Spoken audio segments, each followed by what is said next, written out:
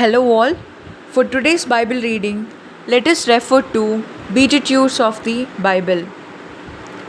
Blessed are the poor in spirit, for theirs is the kingdom of heaven.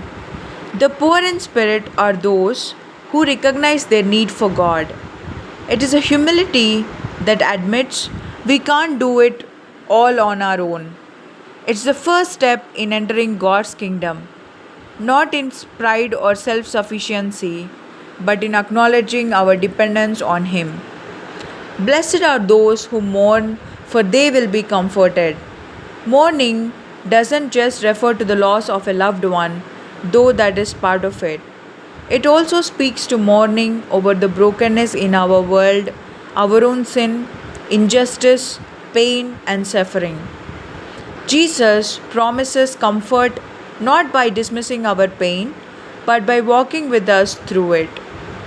Blessed are the meek, for they will inherit the earth. Meekness isn't weakness, it's strength under control. It's about having power but choosing humility. Those who walk in meekness will inherit the earth because they don't seek power for selfish gain but for the flourishing of others. Blessed are those who hunger and thirst for righteousness, for they will be filled. The Beatitudes point to a deep longing for what is right in God's eyes, a hunger for justice, truth, and purity. Jesus promises that this hunger will be satisfied not with fleeting pleasures but with His righteousness. Blessed are the merciful, for they will be shown mercy. Mercy is at the heart of God's nature. When we show mercy to others, we reflect His grace.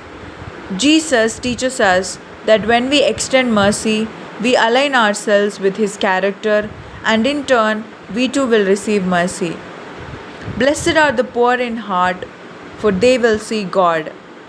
A pure heart is one that seeks God sincerely without selfish motives.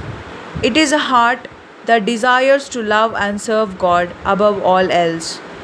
And Jesus promises that when our hearts are pure, we will have the privilege of seeing God, both in this life and the life to come. Blessed are the peacemakers, for they will be called children of God.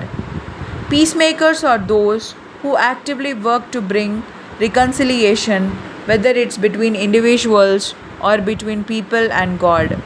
Jesus says that they are true children of God because they embody the peace that He came to bring. Blessed are those who are persecuted because of righteousness, for theirs is the kingdom of heaven. The world may not always appreciate or accept the values of God's kingdom, and following Jesus can lead to persecution.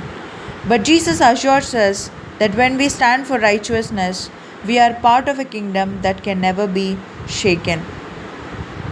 In conclusion, Beatitudes invite us to live in a world that is radically different from the world. They call us to embrace humility, mercy, purity, and justice, not as a way to earn God's favor, but as a response to His grace. So let us be a people who hunger for righteousness, who make peace, and who show mercy, trusting that in doing so, we reflect the heart of God and the hope of His kingdom. Amen.